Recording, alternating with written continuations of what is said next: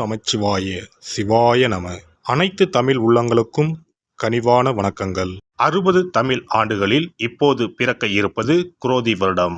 இது 60 ஆண்டுகளில் 38வது வருடம். தற்போது இந்த தமிழ் புத்தாண்டு பிறக்கும் சமயத்தில் மேசத்தில் சூரியன் குரு, கன்னியில் கேது, கும்பத்தில் செவ்வாய் சனி, மீனத்தில் புதன் சுக்கிரன் ராகு என்ற கிரக அமைப்பு காணப்படுகிறது. அதோடு இந்த வருடத்தில் மேசத்தில் இருந்து ரிஷபத்திற்கு குரு பகவான் இடமாறும் இடப்பெயர்ச்சியும் நடக்க இருக்கிறது. ஆண்டின் துவக்கத்தில் மேசராசியில் சஞ்சரிக்கும் குரு பகவான் மே 1, 2024 முதல் ரிஷபராசிக்கு சென்று கன்னி, விருச்சகம், மகரம் ஆகிய ராசிகளை பார்வையிடுகிறார். வருட கிரகங்களில் அதிக வருடம் ஒரு ராசியில் பயணம் செய்யும் கிரகமான சனி பகவான் 29/3/2025 வரை கும்பராசியில் ஆட்சி பலம் பெறுகிறார். மேசம், சிம்மம், விருச்சகத்தை பார்க்கிறார். அதன் பிறகு மீனராசிக்கு செல்லும் சனி பகவான் ரிஷபம், கன்னி, தனுசு ராசியை பார்வையிடுகிறார். வருடம் முழுவதும் மீனராசியில் ராகுவும் கன்னி ராசியில் கேதுவும் சஞ்சரிக்கிறார்கள். இந்த குரோதி ஆண்டில் மேன்மையான பலன் பெறும் ராசிகள் மேசம், கடகம், கன்னி, விருச்சகம், மகரம். ஒவ்வொரு தமிழ் புத்தாண்டு வருடம் பிறக்கும் போது சூரிய பகவான் தனது உச்ச வீடான மேசத்தில் சஞ்சரிப்பார். ஆனால் இந்த குரோதி வருட புத்தாண்டை சிறப்பிக்கும் வகையில் குருவும் மேசராசியில் நிற்கிறார். இது போன்ற கிரக அமைப்பு 12 ஆண்டுகளுக்கு ஒருமுறை மட்டுமே உருவாகும்.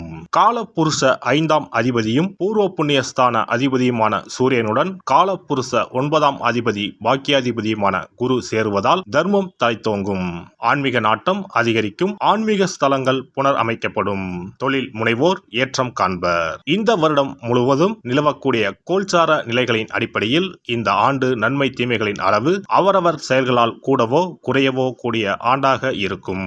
மக்களிடையே உதவும் மனப்பான்மையும் பக்தி மார்க்கத்தில் நாட்டமும் அதிகரிக்கும். இந்த வருடம் முழுவதும் எல்லோருக்கும் நல்லதே நடக்கவும், நாடும் வீடும் செழிக்கவும் விநாயகர், நரசிம்மர், அனுமன், துர்க்கை ஆகியோரில் விருப்ப தெய்வத்தை கும்பிடுவது நற்பலன் தரும். குல தெய்வத்தையும் இஷ்ட தெய்வத்தையும் மறக்காம கும்பிடுங்க. அவரவரால் ஒரே ஒரு செடியையோ மரத்தையோ வளர்க்க முடியுமானால் அவசியம் தவிர்க்காமல் வளருங்கள். எப்போதும் நல்லதே நினையுங்கள், நல்லதே செய்யுங்கள். குரோதி வருடம் முழுவதும் உங்களுக்கு குறைவில்லா நன்மைகள் கிடைக்கும். மகர ராசி அன்பர்களே, 5ஆம் வீட்டில் அமர்ந்து பூர்வ புண்ணியஸ்தான குருவாக பயணம் செய்ய போகிறார் குரு பகவான். குரோதி ஆண்டில் குருவின் பார்வை உங்கள் ராசியின் மீது விழுகிறது.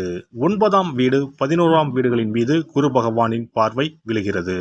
குரோதி ஆண்டின் ஆரம்பத்திலேயே குரு பகவான் 5ஆம் இடமான பூர்வ புண்ணியஸ்தானத்திற்கு வரப்போகிறார். புத்திர பாக்கியம், தெய்வ அருள், புண்ணியங்கள், காதல் என்ற ஸ்தானத்திற்கு வருகிறார் குரு பகவான்.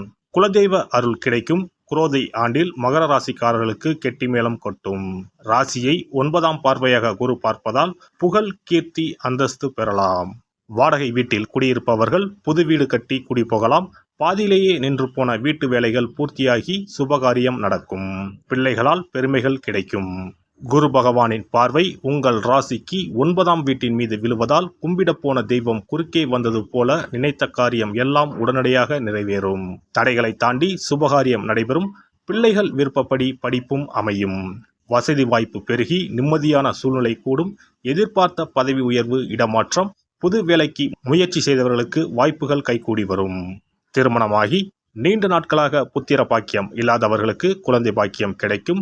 லாபஸ்தானமான 11ஆம் பாவத்தின் மீது குரு பார்வை கிடைப்பதால் வழக்குகளில் சாதகமான தீர்ப்பு கிடைக்கும். பூர்வீக சொத்துக்கள் மூலம் அனுகூலம், ஆதாயம் கிடைக்கும். சொத்து விஷயத்தில் கடன்பட்டவர்கள் கடனை அடைத்து நிம்மதி பெருமூச்சு விடலாம். நீங்கள் பார்த்து கொண்டிருக்கும் வேலையை விட்டு வேறு வேலை தேடாதீர்கள். நல்ல வேலை கிடைத்தவுடன் பழைய வேலையை விடுவது சிறப்பு. சனி பகவான் உங்கள் ராசிக்கு அதிபதி. 7.5 சனியில் பாத சனி காலமாகும். இன்னும் ஓராண்டு காலத்திற்கு குடும்பஸ்தானத்தில் சனி இருப்பதால் வாக்கிலும் நாக்கிலும் கவனம் தேவை. பேசும் வார்த்தைகளில் நிதானம் அவசியம். தன வருமானமும் லாபமும் கிடைக்கும். சனியின் பார்வை ராசிக்கு 4ஆம் வீடு, 8ஆம் வீடு, 11ஆம் வீடுகளின் மீது விழுவதால் கஷ்டங்களை எளிதாக கடந்து விடலாம். புது தெம்பு வந்துவிடும். 2025ஆம் ஆண்டு மார்ச் வரைக்கும் சனி பகவான் பாத சனியாக தொடர்வதால் கொஞ்சம் கவனம் தேவை. குரோதி ஆண்டின் இறுதியில் 7.5 சனி முடிவுக்கு வரப்போவதால் தெம்பும் தைரியமும் அதிகரிக்கும். குரோதி ஆண்டு முழுவதும் ராகு 3ஆம் வீட்டிலும் கேது பாக்கியஸ்தானமான 9ஆம் வீட்டிலும் பயணம் செய்கின்றனர். குரோதி ஆண்டு முதல் உங்களுக்கு செழிப்பான வாழ்க்கை அமையும். புது முயற்சிகள் யாவும் வெற்றி பெறும், தேவைகள் பூர்த்தியாகும். உங்களுடைய நீண்டகால கனவுகள், லட்சியங்கள் நிறைவேறும். குடும்பத்தில் நீண்ட நாட்களாக இருந்து வந்த பிரச்சனைகள் தீரும். பாக்கியஸ்தானத்தில் மோட்சத்தை கொடுக்கக்கூடிய கேது பயணம் செய்வதால் இதுவரை தடைபட்டு வந்த காரியங்கள் எல்லாம் இனி தடையில்லாமல் நடைபெறும். மாணவர்களுக்கு படித்த படிப்புக்கு ஏற்ற நல்ல வேலையும் கை நிறைய சம்பளமும் கிடைக்கும். குரோதி ஆண்டில் மகர ராசிக்காரர்களுக்கு அற்புதங்கள் ஏற்பட போகிறது. அனுபவிக்க தயாராகுங்கள். சூரிய வழிபாடு கண்டிப்பாக பின்பற்ற வேண்டும். சூரியனார் கோவில் ஒரு முறை சென்று வரவும். வருட பிறப்பன்று நாம் செய்யும் செயல்கள் அனைத்தும் அந்த வருடம் முழுவதும் நமது வாழ்க்கையை வளப்படுத்தும் என்பது ஐதீகம். அதனால் இந்த பதிவில் தமிழ் புத்தாண்டாகிய சித்திரை முதல் நாள் என்னென்ன செய்ய வேண்டும், என்ன செய்யக்கூடாது என்பதனை பற்றி தெரிந்து கொள்ளலாம். தமிழ் மாதத்தின் முதல் மாதமான சித்திரையில் தமிழ் புத்தாண்டு தொடங்குகிறது. மா, பலா, வாழை ஆகிய முக்கணிகள், வெற்றிலை, பாக்கு, நகைகள், நெல் முதலான மங்கள பொருட்கள் கொண்ட தட்டை வழிபாட்டறையில் வைத்து அதை புத்தாண்டு அதிகாலையில் காண்பது புனிதமாக கருதப்படுகின்றது. புத்தாண்டு அன்று அதிகாலையில் நீராடி கோலமிட்டு புத்தாடை அணிந்து கோவிலுக்கு சென்று வழிபடுவது நல்லது. அன்றைய தினம் அறுசுவைகளும் இடம்பெற்றிருக்கும் உணவை படைப்பது முறையாகும். அன்றைய நாளில் இனிப்பு, கசப்பு, உப்பு, காரம், துவர்ப்பு, புளிப்பு ஆகிய 6 சுவைகளும் இருக்குமாறு உணவானது அமைவது சிறப்பு. பொதுவாக நல்ல நாட்களில் பாகற்காய் சேர்ப்பது இல்லை. ஆனால் தமிழ் புத்தாண்டு அன்று அத்தனை வகையான சுவைகளும் இடம்பெற்ற படையலை படைப்பது விசேஷம் ஆகும். அனைத்தும் கலந்ததுதான் வாழ்க்கை என்பதை உணர்த்தவே இவ்வாறு அறுசுவை உணவு புத்தாண்டின் தொடக்கத்தில் படைக்கப்படுகிறது. சித்திரை மாத பிறப்பு என்பதால் கோடை காலத்தின் துவக்கத்தில் இருக்கிறோம். கோடை காலத்திற்கு உகந்த தானங்களை எல்லாம் புத்தாண்டின் துவக்கத்தில் செய்வது நல்லது. தோஷங்கள் நீங்கி வாழ்வு மலர உங்களால் முடிந்த அளவிற்கு குடை தானம், செருப்பு தானம், விசிறி தானம் ஆகியவற்றை செய்யலாம். மேலும் நீர்மோர் பந்தல் அமைப்பது, தண்ணீர் பந்தல் அமைப்பது போன்றவற்றை செய்வதால் உங்களுடைய கர்மாக்கள் அனைத்தும் தீரும். பறவைகளுக்கு, விலங்குகளுக்கு வீட்டின் வாசலில் தண்ணீர் வைப்பதும் சிறப்பு. தமிழ் புத்தாண்டு அன்று இறை வழிபாடுகளில் ஈடுபடுவதும் உங்களை மென்மேலும் வளரச் செய்யும். இளநீர், நுங்கு, விளாம்பழம், தர்பூசணி போன்ற குளிர்ச்சி மிகுந்த பழங்களை வாங்கி தானம் செய்வதும் நீங்கள் சாப்பிடுவதும் மிகவும் நல்லது. தமிழ் புத்தாண்டு அன்று தங்கம் அல்லது வெள்ளி நகைகளை வாங்குவது மென்மேலும் அவைகள் பெருகச் செய்யும். அதுபோல கல்லுப்பு, மஞ்சள், குங்குமம், வெற்றிலைப்பாக்கு, பழம் ஆகிய மங்கள பொருட்களை வாங்குவதும் குடும்பத்தில் மென்மேலும் லட்சுமி கடாட்சத்தை உண்டு செய்யும். அசைவம் சாப்பிடுவது, நகம் வெட்டுவது, முகச்சவரம் செய்வது, முடி வெட்டுவது போன்ற செயல்களை இந்நாளில் கட்டாயம் செய்யவே கூடாது. வீட்டில் இருக்கும் ஒட்டடைகளை அகற்றக்கூடாது. வீட்டில் சேகரித்து வைக்கும் குப்பைகளை வெளியில் கொட்டக்கூடாது.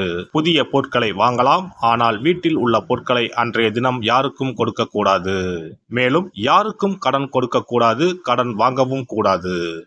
தமிழ் புத்தாண்டில் செய்ய வேண்டியவைகளை செய்து, செய்ய தவிர்க்க வேண்டியவைகளை தவிர்த்து வளமாக வாழ தமிழ் அன்னையை வணங்குவது சிறப்பு.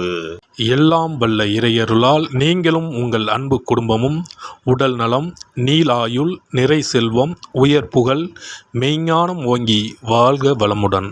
இந்த வீடியோ பதிவு உங்களுக்கு பிடித்திருந்தால் லைக் பண்ணுங்க, கமெண்ட் பண்ணுங்க, ஷேர் பண்ணுங்க. மறக்காம சப்ஸ்கிரைப் பண்ணுங்க. பக்கத்துல இருக்கிற பெல் பட்டனை கிளிக் பண்ணுங்க. நன்றி, வணக்கம். ஓம் நமச்சிவாய. சிவாய நம.